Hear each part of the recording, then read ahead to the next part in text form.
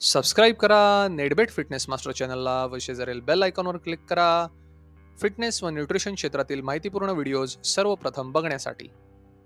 नमस्कार मित्रांनो, आजच्या व्हिडिओमध्ये आपण बघणार आहोत खोकला कमी करण्यासाठी 5 घरगुती मात्र अत्यंत प्रभावी उपाय. जर आपल्यालाही सततच्या खोकल्याचा सामना करून कंटाळा आला असेल, नैसर्गिक पद्धतींचा वापर करून तुम्हाला आराम मिळवायचा असेल, तर हा व्हिडिओ शेवटपर्यंत नक्की बघा. खोकला आपल्या दैनंदिन कामात व्यत्यय आणू शकतो आणि आपल्या आरोग्यावर परिणाम करू शकतो. तुम्हाला हर्बल टी आणि मध किंवा आले, हळद यांच्यासारखे घटक हे त्यांच्या फायदेशीर गुणधर्मांसाठी ओळखले जातात, हे तर तुम्हाला माहिती आहेतच. सो हे इन्ग्रेडियंट्स आपल्या खोकल्यावरती आराम देत नाहीत, तर त्याच्या व्यतिरिक्त हे आपली रोगप्रतिकारक शक्ती वाढवण्यासाठी देखील मदत करतात. नंबर 1, मध म्हणजेच हनी. कोमट पाण्यात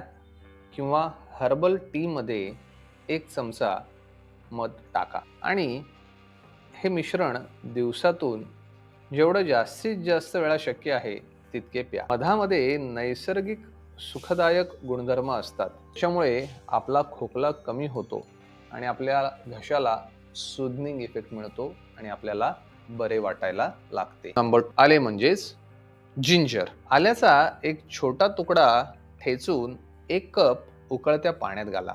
ते पाणी काही मिनिटे उकळू द्या. नंतर ते पाणी गाळून त्याच्यामध्ये 1 चमचा मध घाला. आपल्याला खोकल्यापासून मुक्त होण्यासाठी आणि आपल्या घशातील जळजळ कमी करण्यासाठी हा आल्याचा चहा घ्या. याने तुम्हाला खूप रिलीफ मिळेल. Number 3, steam inhalation. एका भांड्यात पाणी उकळवा.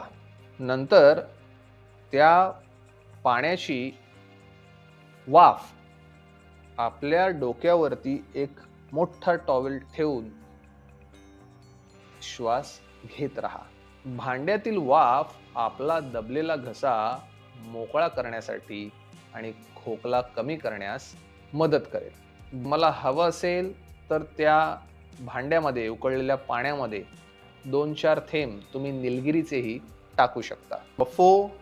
खारट पाण्याच्या गुळण्या. 1 ग्लास कोमट पाण्यात अर्धा चमचा मीठ विरघळावा. सुमारे 30 सेकंद या पाण्याने गुळण्या म्हणजेच गार्गल करा.